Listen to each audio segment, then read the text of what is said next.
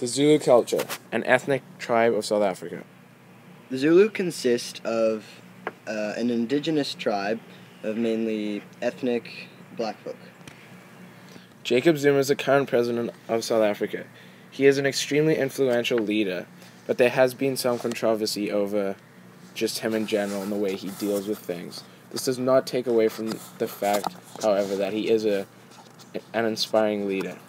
Some even compare him to Shaka Zulu, one of the most famous leaders of all time. Here shows a map of KwaZulu-Natal, where the tribe first originated. In other words, it's known as Zululand, or the Zulu Kingdom.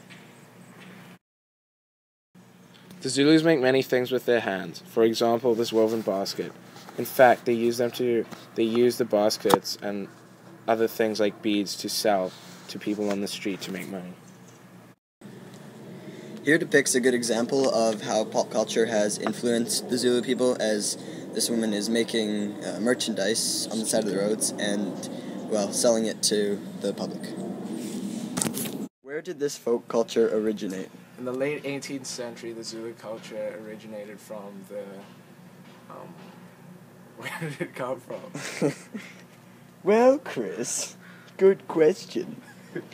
There were hundreds of clans in the northern regions of KwaZulu-Natal on the eastern seaboard of South Africa. Some of the highlights of the Zulu culture. The Zulu culture is really well known throughout not just South Africa, which is where they're from, but the whole world. There's been movies made on them, and Shaka Zulu is one of the most influential figureheads for war strategies ever. He actually developed a few techniques that are still used today. And the president of South Africa, he's actually Zulu himself. We won't get into detail about him because he's a bit dodgy, but it's all there. Thank you. Is it clustered?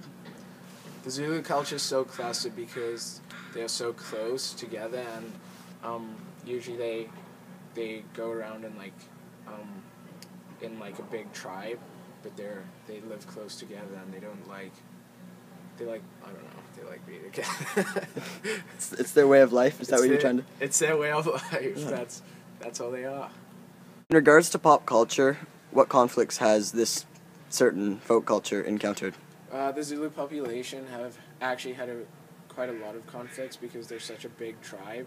So obviously they get influenced pretty easily by going into big cities and stuff. They've had problems just being able to survive because obviously they're used to living in the grasslands and stuff, and fight for food and kill it and stuff. But they've had to start making stuff, traditional stuff, for example baskets and beads and stuff, and then they have to go on the side of the street and just sell them because that's the only way they can live. So through popular culture, the Zulu have become more poor than they originally were.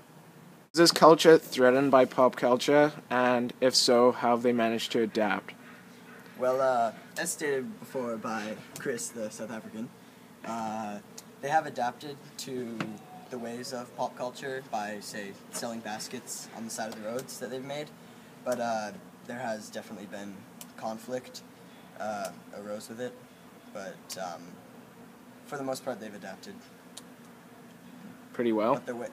But the way of life has had to change. Some of them they've taken it pretty harshly, and the way that they do treat themselves and others it's lessened. It's quite a disaster.